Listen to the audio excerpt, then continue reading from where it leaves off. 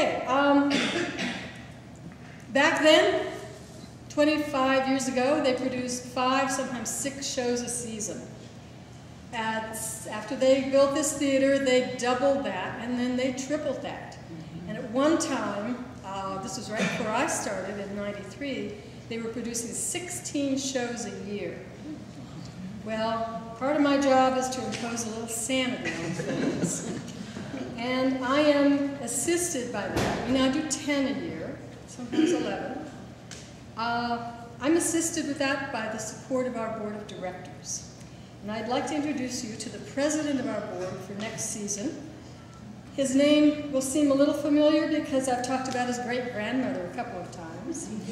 I have great expectations that he's inherited not only the love for Raleigh Little Theater that is often passed down through families, but also the Sutton qualities of leadership.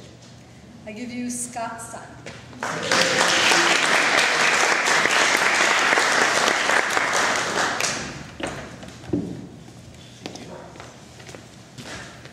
Thank you all so much for being here. It's so nice to have this simple but brief time together. It's great to have so many, basically a kaleidoscope of the different donors and supporters and volunteers and staff that have really built this theater. And as I look out, I see many faces that I did not know before tonight, and that's because my own personal history with this theater is short but sweet. I've only been around about 4 years since I moved back from Florida. But as Ellen alluded to, this theater does run in my blood, and my great-grandmother, Candy Sutton, was one of that integral part of people that started this theater 75 seasons ago. Let's take a brief moment to really think about what they did. It was actually a time not unlike today. It was a time of economic turmoil. There were millions that were jobless, and the government was busy bailing out institutions. It was not the ideal time to start a community arts organization. But that didn't stop them or the city of Raleigh from going forward with their vision. And here we are, 75 seasons later, building upon the foundation that they laid. Now, it took tenacious work. It took persistence. It took not giving up when it looked like they didn't have enough money, when it looked like they didn't have enough volunteers, when they just couldn't get the job done. They knew that theater was key to the revival and the survival of a community. And in the Great Depression, they were going to use theater to help this community. And that mission, in my mind, is just as important today as it was back then.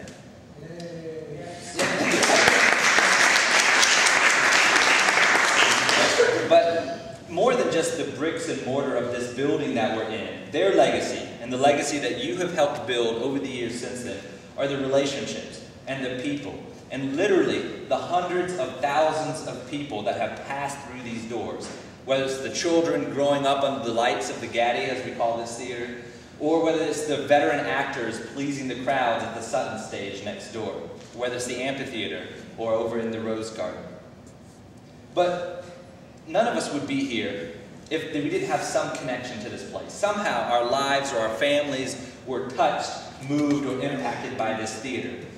And this theater wouldn't be here if it wasn't for your support. Now, this coming season, we're going to do a lot to celebrate 75 years. It truly is a historic milestone. We've got some community-wide events planned for later in the year. We're also working on a book to update our 50th anniversary book with the last 25 years of our history.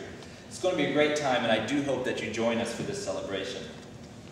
But during this year of celebrating, if all we did was pat ourselves on the back with where we've been, then that, I think, is going to be a true failure, because we will not reach another anniversary. So what I encourage us to do is, as we take these fond memories of where we have been throughout the years, instead of using these memories to build a picture frame through which to gaze at the past, let's build a window to look through to the future. Because this community needs the arts, needs theater just as much now, in the midst of our digital lives and as this growing region, as it needed it 75 seasons ago. And this theater needs us just as much now as they needed it throughout the history that we have built together. So, in a few minutes, some of us will be going over and watching the the play, The Light in the Piazza, and pleased to have Elizabeth Spencer, the author of Light in the Piazza.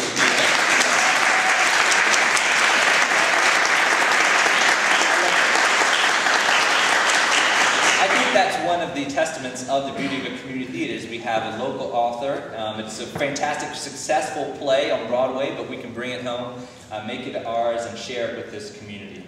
So as we're sitting over there, or at another theater that you might attend, and you feel those goosebumps on your arm when you realize that this is the magic of theater happening right in front of us, pause. Take a moment to thank all of those that have come before you to make this possible. And I encourage us to recommit ourselves to make sure that future generations, that we can reach 150 years of this theater, not because the name or the building is worth keeping, but because of the people and the relationships and what community theater means to Raleigh. So thank you so much for coming. I want to thank Judy and her team for putting on this beautiful reception. Thank you very much.